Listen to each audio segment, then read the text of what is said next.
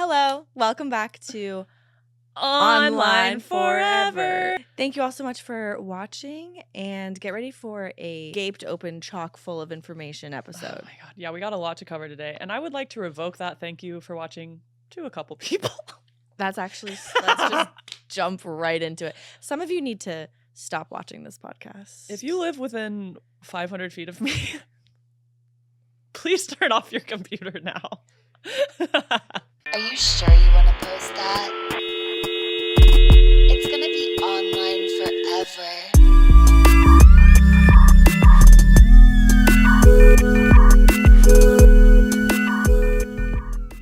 And if you're a member of my family, please stop. God. They're obsessed with you. I mean, I know. There needs to be a little more discord in the family. There needs to be more boundaries.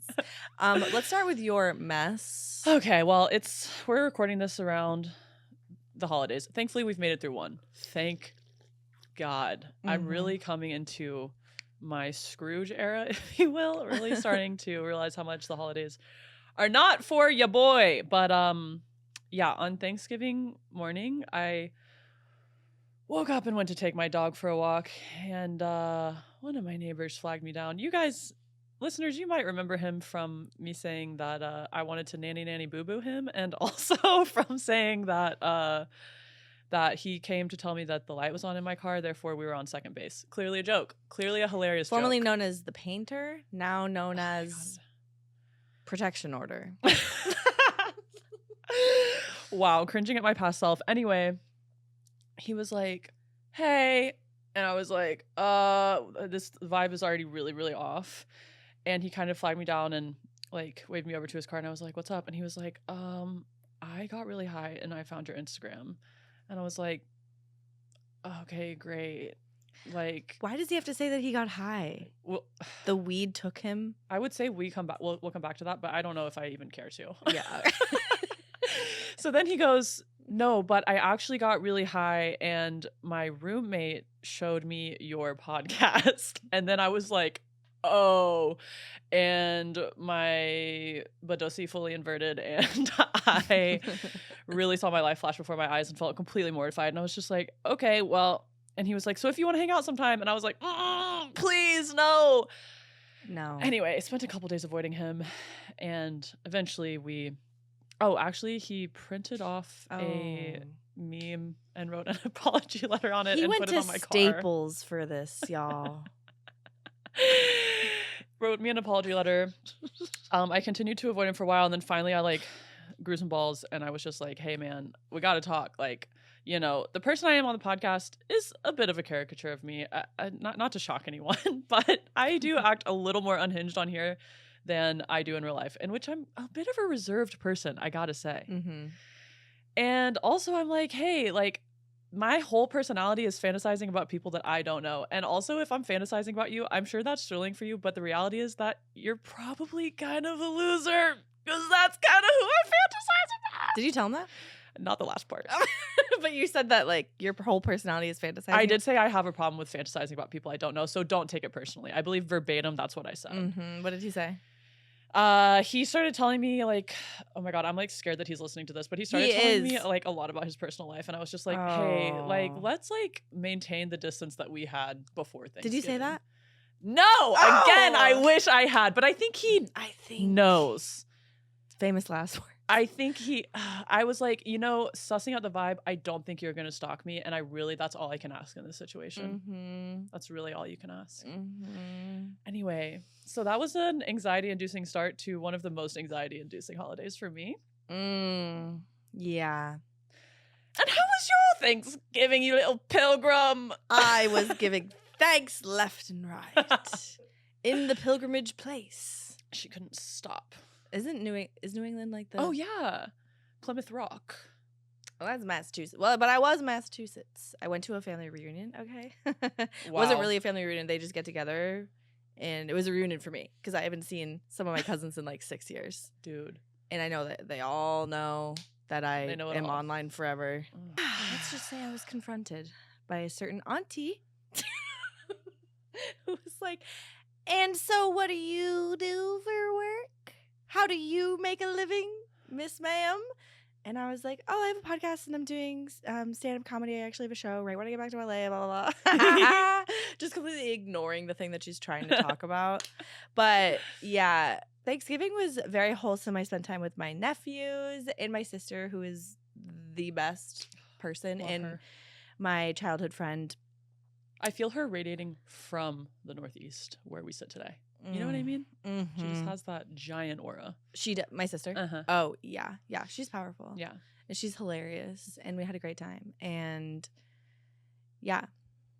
No more tea? Are we waiting on the tea? Oh, the tea? I mean, there's tea. so much. There's so much tea. And I'm like, I kind of want to talk shit on the auntie who's listening. There's so much family tea right now. I can't.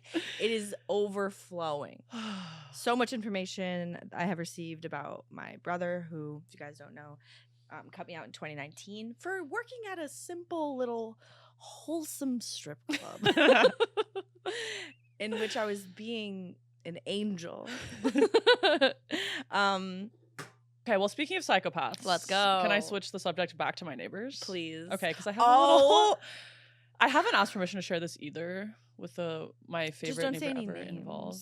Anyway, okay, so my backyard neighbor, one of them, is like one of the like ultimate homies. I'm obsessed with her. I'm so glad she moved in behind me. She's probably listening, and she is literally in like a Jungian psychology program that I've always dreamt of being in. So I'm just like, oh, pun on the dreamt. Pun intended on the dreamt. Anyway. So she'd be doing like the dream analysis, and anyway, she's just really cool. Yeah. Basically, she shares a dryer with all of our backyard neighbors. Ugh. And she got a text from the neighbor of mine who I have only mentioned in I think one episode prior. Oh my god, I'm getting scared to talk about this because like, what if he really The Cuban Trump supporter. People Cuban already know Trump about supporter. it. Yeah. Female neighbor receives a text from my male neighbor who I hate. And he texts her. This man is 50 years old. Of course, he's a skater. Right. Like, is he 50? I'm 100% sure he's 50 because he's friends with Jason Ellis, who's 50. Oh, and the he's same friends person with him. I think that's an overstretch, but I think they used to skate together. They used to skate together. Anyway, male neighbor sends my female neighbor a picture of a thong that he found at the dryer and says, "Hey, is this yours? I found it by the laundry." I'm just like, that is so disrespectful. Said, I'm assuming this is yours. Literally. Which is even because worse. we have other neighbors that it could have been. We have one other neighbor it could have been, but she already has a boyfriend. And I swear to God, that's why he didn't text that to her. Isn't that disgusting?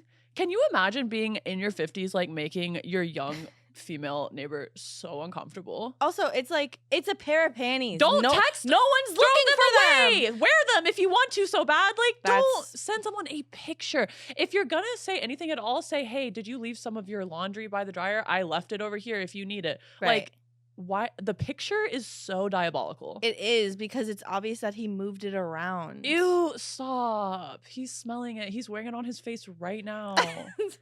It's parting freaking hate him. Yeah. I was about to say he's putting it on his head and it's parting his fro. And can I just say, his ugly ass best friend was like sitting outside in a car the other day, asked me, "How's it going?" 3 times in a row. Tell me you have jacked yourself off alongside your homie watching my pornography without telling me. Oh, yeah. I had one of those experiences at the family reunion. My God. Anyway. Okay, problematic neighbors. Check. I was going to say, do we want to get into my new favorite subreddit? The subreddit is called LA Influencer Snark. Sometimes I say shark on accident. But it makes me feel like I like get it and I'm in on it. But it's just like so many like brilliant women like from all over the country like just like roasting LA influencers. It's so good. Have you seen what Lindsay Lohan looks like these days?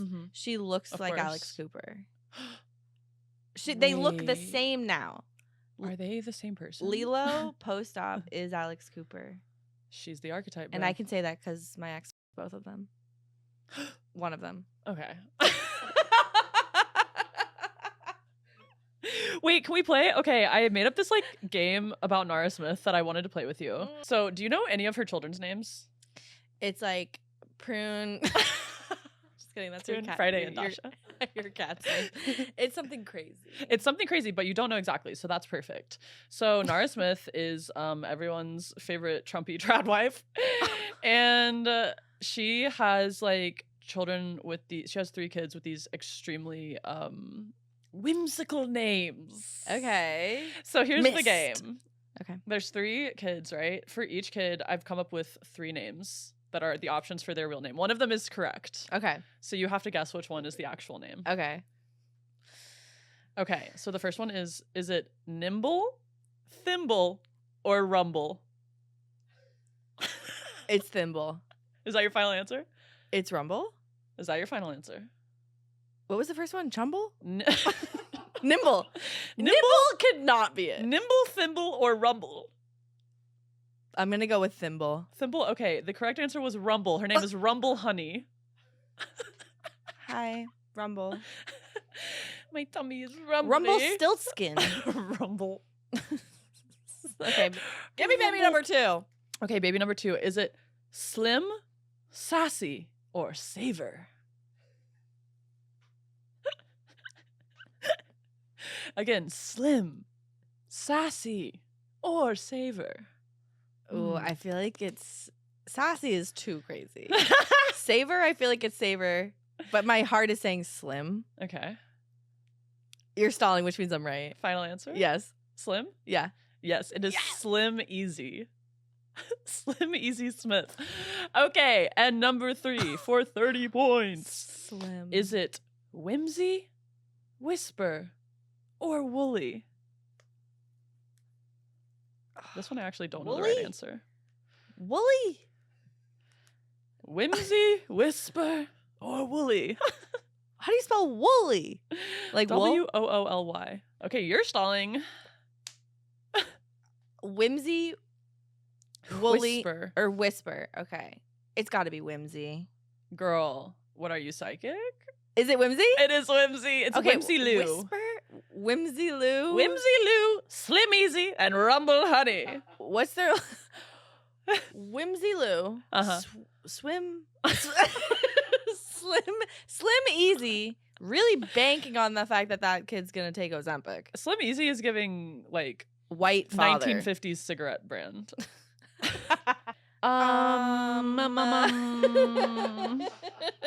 Do you want to go fantasy? Do you want to go confession? Well, I think because, yeah, I was going to use Nara as our frickin' segue, but we're going off the whale. The whales. We're going off the whales. I've been off the whales for years. We got to get back on the whales. Which whale? The tradwife whale. Twadwife whale. Do you have any tradwife fantasies? Girl, yes, but also yes. Exactly. I like especially because like I don't know, I've been in so much of this like cooking and homesteading vibe with no kids and no husband, and I love it. Like being your own housewife. Oh yes, Uh-huh. and I'm like, A la Martha. right, exactly. Like I've really been getting. I'm making oils. I'm doing all the fucking shit, It's and the I best. love it. It's the best. so much. To be paid to do that. But it's like part of that fantasy, I feel like, is a certain level of security being provided as well. You know what I mean? Right. In some. Oh wait, did I? What, are you laughing at me? Yeah. Oh, I'm doing the Meryl Streep face. God damn it! It happens out of my control sometimes. That's all. Oh. I know that you have tradwife I definitely do. But then I think to myself, what a wonderful world. I think to myself, I think to myself, if I were actually in that circumstance, I would go cuckoo banana. Right. Right? Right. I think so. I think so too. But if I were like a tradwife being like paid by my husband to make beautiful art. In the art form as children? Well, I'm making children, I'm making the home, and I'm also making my passions. And there just happens to be a benefactor, and I don't really have to think about the world of paychecks or anything like that. It's interesting that you said paid by my husband because I feel like It is it's interesting. I feel like it's more of a combining of bank accounts. I'm paying him No. to pay me. No, I think it's just like you guys have the same credit card numbers and it's all coming from the same account. So you're just like paying for out of the pooled money between the two of you. Right. Which I mean, I would consider being paid by him essentially for providing a service. I have access to the funds. Are you with me? I mean, yes, I agree. I'm just trying to highlight the like very transactional mindset behind that. Oh, it's a very transactional fantasy. Right. Indeed it is. Indeed it is. I give him sex, he give me money. I give him baby, he give me country. I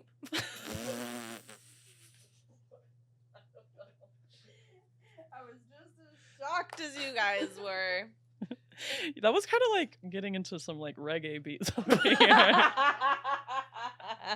Me gon' kill me so. He give me panty, I give him monkey. Wait, that was bars. That and really worked. I think we all need to acknowledge that. Anyway, wait, should we introduce our new segment? Oh yeah, okay. You want to? What was your fantasy? Oh, that one. Yeah. Backseat, windows up. That's the way you like the fogged up, clogged alert, rip the pants and rip the shirt rough. Make it hurt in the garden, all in the dirt. Right, sorry. I'm dying because oh my God, I'm dead. Because I told you to start out the segment, we should sing What's Your Fantasy by Ludacris. I just meant to say What's Your Fantasy. You're like, I'm going to rap the whole song. That's not even the most niche part of the song that I could have rapped. Oh my God, guys, comment below if you think that Ludacris is a cornball or is on the right side of history.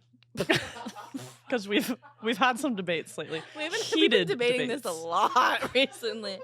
Anyway, okay. What is your fantasy? Yeah, this is a segment in which we reveal our fantasies. And feminine fantasies aren't talked about enough in this world, so you're all welcome for the public service that we're providing. Anyway, who goes first? Rock, paper, scissors? To reveal a fantasy of ours? Yeah. Sexual or life or anything? I would say anything, but I was leaning sexual. Okay. Damn it! I won again. I always go scissor. That's one thing about me. When all else fails, you go scissor. You just slap. A fantasy of mine.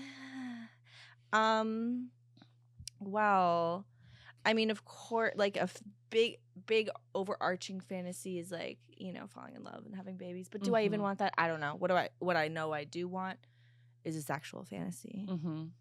And I really, okay, wow. I did not know I was going to say this. Here we go. I have this fantasy in which I would not want to do in real life. That's why it's a fantasy. Period. But I think about, okay, picture me on a table in public. Love where this is going. Asleep. Skirt. It's kind of hiked up. What are you going to do when you see a table in public? Go to sleep on it. To sleep on it. Or just like I'm at a public park. Okay, this one makes more sense. At a public park. You're on a bench. No, I'm on like there's a table. I put a blankie down. Okay. Wait, I've been having to stop. Wait. I'm freaking out. What are you about to say? And like you wake up with a in you? Yeah. That's what my fantasy was lately too. That's so crazy that you said that. Was that what you were gonna say? No, that wasn't my one for today, but I've been having that exact fantasy lately. I like wake up and I'm like, it's just happening. Yeah. Yeah. And you're wearing a skirt? No, me too. Wow. Mine melt. Yeah, no, like I'm wearing a skirt. It's like kind of hiked up. I fall asleep on purpose. I keep my legs kind of open on purpose. Kind of like casting a little line out there. Who's brave enough to come catch this? Oh my God, I feel like people are going to hate this fantasy, but it's literally a fantasy. Listen, it's a fantasy because, first of all, if anyone comes for me, I've experienced shit like that in real life many times. So even if I wasn't, I am allowed to fantasize about that in the own control of my mind, in the safety of my mind. Yes. Did I go too crazy? No. Okay. No, yeah, because people don't like non-consensual. Right. But we were just listening. Did you listen to that other podcast I sent you, the Esther Perel one?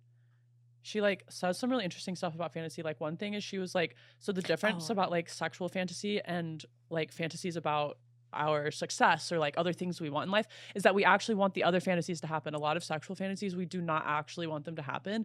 And therein, oftentimes the fantasy presents both the problem and the solution to like different issues. She talked about how like women, especially, you know, several decades ago, because what they wanted sexually like really couldn't be expressed.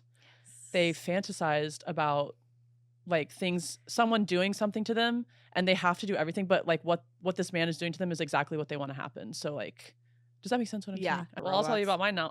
Okay, so I watched this. Did you see this movie on Netflix called Subservience? With Megan Fox? I haven't watched it yet. I'm gonna be real, it's not worth your time. Okay. It's like the most boring take on androids ever. But I feel like when it comes to sex robots, most people think that like men want them, but I'm here to say that I have been having a lot of android fantasies. Oh, hell yeah. Perfect husband. Perfect husband, exactly. Like, it has no head. It right. has just, it doesn't like, need to have a head. arms and a giant metal dick and some thick android thighs.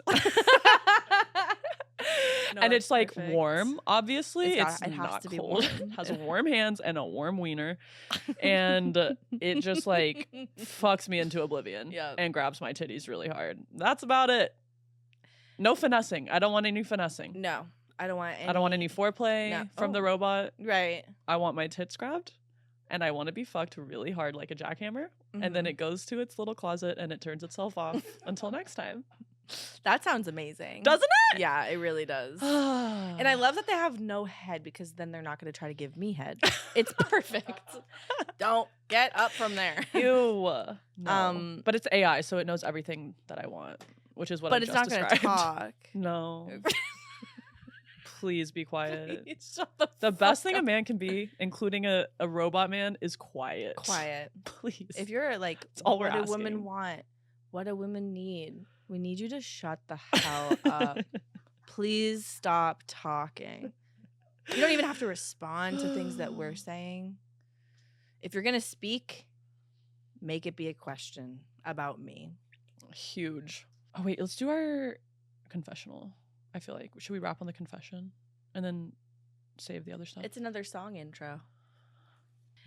Christ has died, Christ has risen, Christ will come again. I confess that my Spotify Wrapped read me for filth, okay? And first of all, after the Drake and Kendrick beef, I would just like to say I, a former drizzler hoe, completely renounced my drizzler ways and I released Drake to the void. And that was huge for me, okay? I've listened to the man for 10 years. I'm emotionally attached. I let him go. I haven't listened to him at all. Spotify Wrapped came around to tell me that I was still in the top like 0.01 listeners of Drake for just how much I listened to him at the beginning of the year. It kept playing that song Polar Opposites. It was like, you listened to this song more than anyone in the galaxy. It was like, you listened to this song for 400 straight days. That's crazy. I'm like, wait. Stop. Please stop. So that was horrendously embarrassing for me. And I just want to say the lawsuit that he's filing against Kendrick is really embarrassing for him. I don't know anything about it. Do you not? No. He's not filed the lawsuit yet. He's basically done the like preemptive work. He filed it in Texas and in New York. He's really going over the top. It's so embarrassing, dude. He's saying that UMG, their shared agent, manipulated not like us and like used bots to like blow up the numbers. No. First of all, incorrect. We were all playing that song day and night. Yeah. Like of our own free will. You couldn't be in the street without hearing it. No. Over the summer. Right. And also it's like, I mean, how does Drake know about such tactics? Obviously, they've like used that to blow up some of his like really terrible singles. Like, let's be real. Yeah. God's plan was not that good. Right. What was the last one that he put out? He was like, my friends are there for me. The leak. Oh, yeah, but he's like saying he's going to like take Kendrick to court. And it's just like, first of all, How out of touch are you? You know, the beef like really revealed a lot to me, and I think a lot of this episode has also hinted at the fact that I really can make the worst men into something so sexy in my head. And that's on me trying to survive a childhood with a loser ass dad by making him way cooler in my head. Wow. And that's a whole can of beans. That's a can of beans. Will you just say a topic about anything and I'll give you a confession about it? I'm sure I have many. Belly button lint. Okay, well, I have 2 confessions about belly buttons off the rip. Waiting for you to bring that up. In 5th grade, I pierced my own belly button with a button on the playground. Oh, God. Got infected, obviously. Got sick. Was very embarrassed. And then there and forevermore, I've always hated belly button piercings, right? I would never get one done. I always talk shit about them. I was like, that's stupid. Because I did it to, because I was embarrassed about what I did in elementary school. And then who could convince me to get my belly button pierced? My spiritual mentor. Denise and I went. She was like, you need to get your belly button pierced because it opens up your sacral chakra.